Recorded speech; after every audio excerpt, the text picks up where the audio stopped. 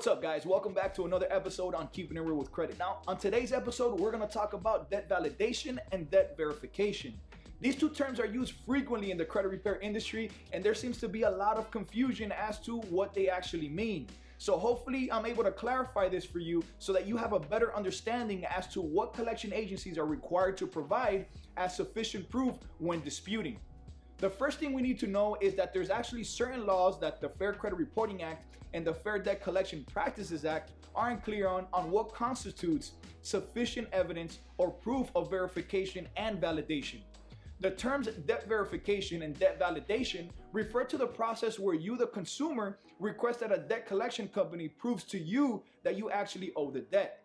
I know that this sounds exactly the same, but there's an important difference to pay attention to when you're considering a legitimate debt validation letter and a debt verification letter. The Fair Debt Collection Practices Act states that every consumer is entitled to request validation for the collection of debts, but the Fair Debt Collection Practices Act does not have a clear definition as to what a legitimate debt validation is. So the good thing is that you have the right to send a letter to your creditor or collectors to request a confirmation of information reflecting your derogatory or delinquent accounts. This is what actually is considered a debt verification letter, and is usually just includes the details of the debtor's name and address. Now, if you thought that this was enough proof to bring to court, it actually isn't. Thanks to the internet, anyone can go online and look up an individual's name and address. So unfortunately for the creditor or collectors, it's not enough, as the letter does not verify your existing debt to the creditor. It also doesn't put a stop to the communication from the collection agency or stop the debt collection entirely. The collection agency can still abide by the law of the Fair Debt Collection Practices Act and keep trying to collect on the debt. So remember how I mentioned earlier that the Fair Debt Collection Practices Act doesn't have a clear definition as to what compromises a debt validation letter.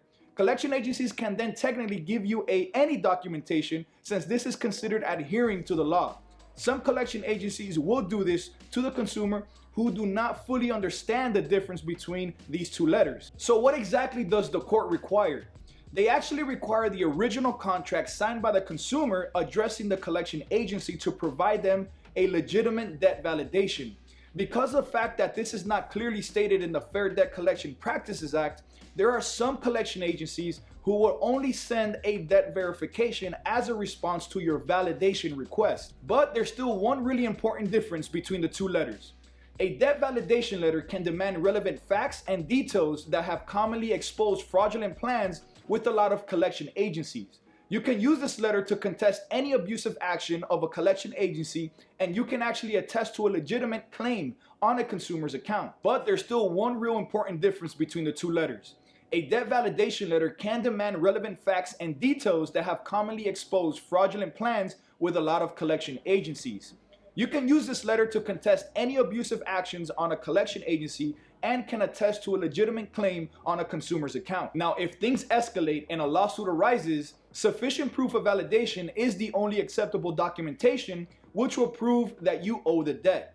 The collection agency will be required to present the evidence of this to the judge. Remember that debt verification letter does not prove anything and will not hold up in court.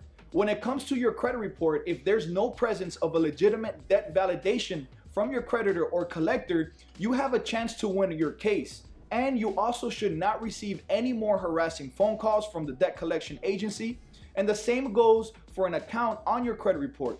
The validation should include specific documentation from the original creditor. Just a printout of the amount owed is not enough proof. If this is all the collector provides, then they did not conduct a thorough investigation to ensure that the debt they are trying to collect on actually belongs to you. If the collection agency refuses to provide the validation you requested by saying that they are not required to do so, or if they're saying what they submitted is sufficient proof, you can actually demand that the collection company ceases all collection of the account and stop reporting the account to any and all credit reporting agencies. So guys, with that being said, I hope you liked the information on this video. Make sure to like, comment, subscribe, share with family and friends, and on to the next episode on Keeping It Real with Credit. Peace.